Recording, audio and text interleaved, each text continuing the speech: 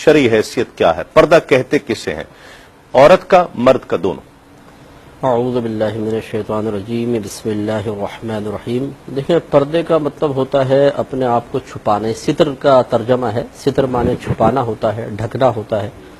شریعت نے مرد و عورت کے جسم کے اعضاء کے لیے کچھ ایسی قیودات مقرر کی ہیں کہ جن قیودات کی روشنی میں مرد کے لیے بھی اور عورت کے لیے بھی اپنے جسم کو ظاہر کرنا یا جسم کے بعض حصوں کا ظاہر کرنا منع ہو جاتا ہے۔ مثلا پہلے مرد کو لے لیجئے۔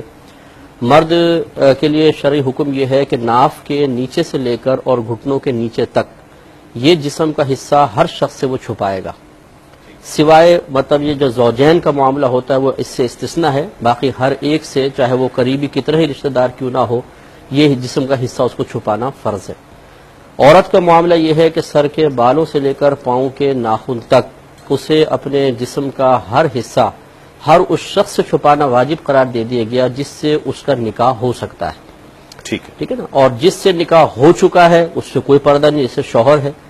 اور جو جن سے نکاح ہمیشہ کے لیے حرام کر دیا گیا ہے ان کے معاملے میں وہی ہے کہ وہ اپنے گلے سے لے کر اور گھٹنے کے نیچے تک کا جسم کا حصہ ان سے چھپائے، جیسے باپ ہیں، بھائی ہیں۔ باقی بال ان کے سامنے کھل سکتے ہیں، کلائیاں اگر کھلی ہیں تو یہ بھی چل سکتا ہے۔ ادب یہی ہے کہ وہ سر ڈھک کر رکھیں، اپنے جسم کو چھپا کر رکھیں، لیکن ان کے معاملے میں جو محرم کہلاتے ہیں اتنی سختی و شدت نہیں رکھی گئی ہے۔ پھر یہ ایک ضروری چیز ہے کہ یہ بات جانی جائے کہ جو حرمت کے رشتے ہیں یہ تین جہت سے ہوتے ہیں۔ ایک تو نسب سے ہوتا ہے، مثلا باپ ہیں، بھائی ہیں، والد صاحب کی نسل سے یہ ہے۔ دوسرا رضاعت کی بنا پر ہوتا ہے، دودھ پلانے کی بنا پر۔ اگر ایک عورت نے اس بچی کو بھی دودھ پلایا ہے 2.5 سال کی مدت کے اندر، مثلا خالہ ہیں، انہوں نے بچوں کو پلایا، اپنے بچوں کو بھی پلایا، تو ان سے بھی ایک اس کا رشتہ قائم ہو جائے گا۔ چنانچہ خالہ جو خالو ہیں، ویسے اگر معاملہ دیکھا جائے تو خالو نامحرم ہوتا ہے، لیکن جب ردائی والد بن جائیں گے تو اس جہت سے اب ان سے بھی وہی معاملہ ہوگا جیسے سگے باپ کے ساتھ معاملہ ہوتا ہے۔ تیسرا حرمت مصاہرت کا مسئلہ ہوتا ہے کہ شادی ہو جانے کے بعد شوہر کی نسبت سے عورت کے لیے کچھ حرمت کے ایسے رشتے قائم ہو جاتے ہیں کہ جن سے پردہ کرنا لازم نہیں رہتا ہے۔ مثال کے طور پہ سسر ہے، سسر اور بہو میں پردہ نہیں ہے، یعنی یہ محرم ہے ایک دوسرے کے لیے۔ اسی طرح داماد اور ساس ایک دوسرے کے لیے محرم ہے، یہ حج پر بھی ساتھ جا سکتے ہیں۔ لیکن یہ ضرور لکھا ہے کہ اگر سسر جوان ہے تو بہرحال بہو اس سے ذرا احتیاط کرے، اسی طرح ساس اگر جوان ہے تو داماد کو احتیاط کرنی چاہیے۔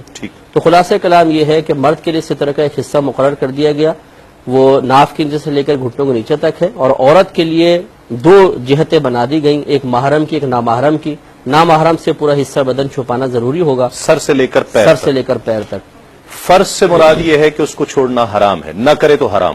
جی ہاں، یہ بالکل نہیں کرے گی تو گناہ گار ہوگی، کیونکہ قرآن پاک میں واضح طور پہ اللہ تبارک و تعالی نے اپنے حبیب کریم صلی اللہ علیہ وسلم سے ارشاد فرما دیا کہ یا ایھا النبی قل لازواجک و بناتک و نساء المؤمنین یدنین علیہن جلابیبہن۔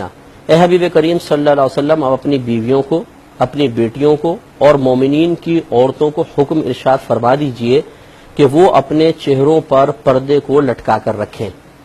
تو یہ ہوتا یہ تھا کہ جب ازواج باہر نکلتی تھیں تو اس زمانے میں 2 جہتیں تھیں عورتوں کی، ایک آزادی کی جہت، ایک لونڈی ہونے کی جہت۔ تو لونڈیوں کے لیے پردے کی اتنی سختی نہیں تھی، اس پر انشاءاللہ ہم آگے کلام کریں گے، تو وہ عورتیں چہرہ کھول کے چلتی تھیں۔ تو منافقین جو تھے، جو بدباطن تھے، وہ پھر مطلب چھیڑ چھاڑ کرنا اس طرح معاملہ کرتے تھے۔ تو آزاد عورتوں کی حرمت کو قائم رکھنے کے لیے، ان کے وقار کی سربلندی کے لیے اللہ تبارک و تعالی نے اپنے حبیب کریم صلی اللہ علیہ وسلم کے ذریعے حکم دے دیا کہ آپ چہرہ نہیں کھولیں گی، تاکہ آپ کو پہچان لیا جائے کہ آپ آزاد عورتیں ہیں، تو منافقین پھر چھیڑ چھاڑ کرنے کی طرف جرأت نہ کر سکیں۔ تو اس لیے یہ لازم ہے عورت کے لیے کہ وہ اپنے آپ کو چھپائے۔